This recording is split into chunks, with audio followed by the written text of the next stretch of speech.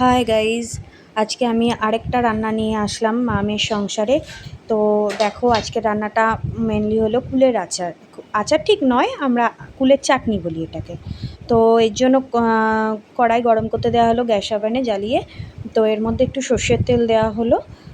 সর্ষে তেল দিয়ে এরপরে একটা শুকনো লঙ্কা ফোড়নে দেওয়া হলো। তো কুলের আচার কে কে খেতে ভালোবাসো, বা কুলের চাটনি কে কে খেতে ভালোবাসো আমাকে জানিও অবশ্যই। আমি তো কুলের চাটনি খেতে খুবই ভালোবাসি।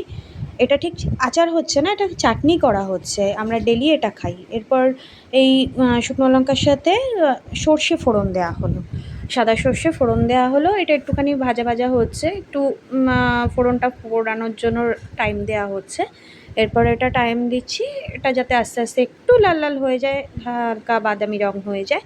এরপর আমরা কুলগুলো, পাকা কুল লাগবে, এর জন্য পাকা কুল আমরা এর মধ্যে দিয়ে দিচ্ছি। পাকা কুল দিয়ে পুরো পাকা কুল, আমি অনেকটাই পাকা কুল আজকে বাজার দিয়ে নিয়ে এসেছি। তো এই কুলটা দেওয়া হলো। এবার এই কুলটা দিয়ে ভালোভাবে এটাকে নাড়ানো হচ্ছে সোমবারের সাথে, যেটা ফোড়ন বলা হয়, ফোড়নের সাথে নাড়ানো হচ্ছে। এবার এটা নাড়াতে নাড়াতে ফোড়নের সাথে মিক্স হয়ে যাচ্ছে। তো আস্তে আস্তে এরপরে আমরা এটার মধ্যে লবণ দেব। লবণ দিয়ে খানিকটা নাড়ানো হবে, আর তার সাথে একটু হলুদ দেওয়া হবে, যাতে আমরা এই চাটনির মধ্যে আমরা একটু হলুদ দিই। অনেকেই দেয় না, সেটা যার যার ব্যক্তিগত ব্যাপার। তো আমরা একটু হলুদ দিই। তো নুন দেওয়ার পরে আমরা এরপরে এটার মধ্যে হলুদ দিচ্ছি। তো হলুদ দিলাম। এবার এটাকে ভালোভাবে নাড়ানো হচ্ছে, যাতে ভালোভাবে এই নুনটা হলুদটা এর মধ্যে মিশিয়ে যায়। তো এরপর কুলগুলো, এগুলো সম্পূর্ণই পাকা কুল, বাজার থেকে কিনে নিয়ে এসেছি। এরপর জল দিয়ে দেওয়া হলো, যাতে কুলটা ভালো করে সেদ্ধ হয়ে যায়। ভালোভাবে বেশি করে জল দেওয়া হলো, যাতে কুলটা ভালোভাবে সেদ্ধ হয়। যেহেতু এটা চাটনি, সেহেতু একটু জলটা বেশিই দেওয়া হলো। আচার হলে জলটা একটু কমই দেওয়া হতো বা শুকানো হতো।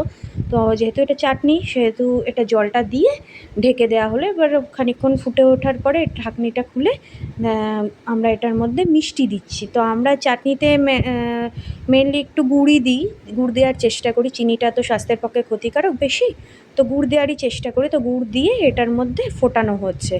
গুড়টা দেওয়া হলে এবার গুড়টা যাতে ওর মধ্যে মিশে যায়, সেই জন্য একটু টাইম দিয়ে ফোটানো হবে। গুড়টা দিয়ে দিয়েছি, এরপর এটাকে ফোটানো হচ্ছে।